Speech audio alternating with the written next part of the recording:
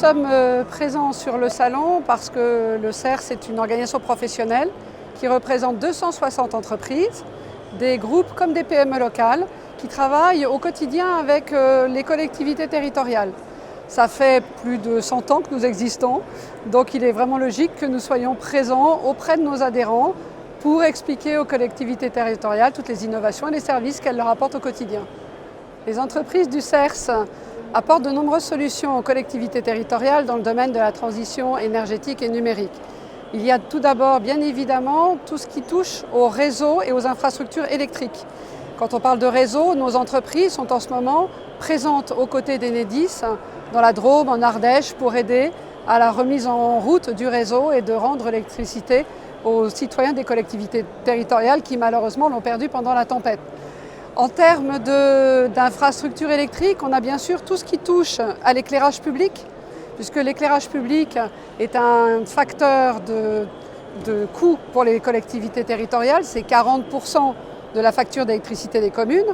Donc nos entreprises accompagnent les collectivités pour mettre en place des projets de rénovation de l'éclairage public qui souvent est énergivore parce que très ancien, et leur proposent des solutions de rénovation, d'économie d'énergie, de gestion de la lumière, c'est-à-dire d'abaisser la lumière au cœur de la nuit pour éclairer juste en termes de sécurité, ou de mettre en place même des systèmes de gestion avec extinction de la lumière et allumage juste quand quelqu'un passe, un vélo, un piéton, une voiture.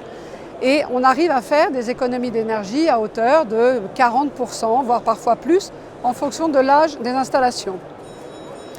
Autre grand domaine sur lequel nos entreprises interviennent, c'est celui des bâtiments et de l'efficacité énergétique. Nous faisons d'ailleurs demain matin une conférence au Salon des maires pour expliquer aux collectivités territoriales les obligations qui s'imposent à elles dans le décret tertiaire qui va être mis en œuvre à partir du mois de janvier. Donc c'est une intervention de l'administration avec des exemples, des retours d'expérience de nos entreprises pour leur expliquer les économies d'énergie que l'on peut leur apporter.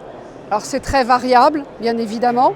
Vous avez souvent dans les locaux des collectivités territoriales, alors des crèches, des écoles, des gymnases, des piscines, peu de pilotage, une maintenance pas toujours bien faite des systèmes et parfois même pas de gestion du tout. C'est-à-dire pas de détecteur de présence pour éteindre la lumière quand il n'y a personne. On laisse le chauffage tourner pendant le week-end. Donc il y a plein de ressources en termes électriques, ventilation, énergie au sens large, sur lesquelles nos entreprises peuvent agir et finalement permettre aux collectivités locales d'atteindre assez facilement les 40% d'économies d'énergie qui leur sont imposées dans le cadre du décret tertiaire qui va sortir.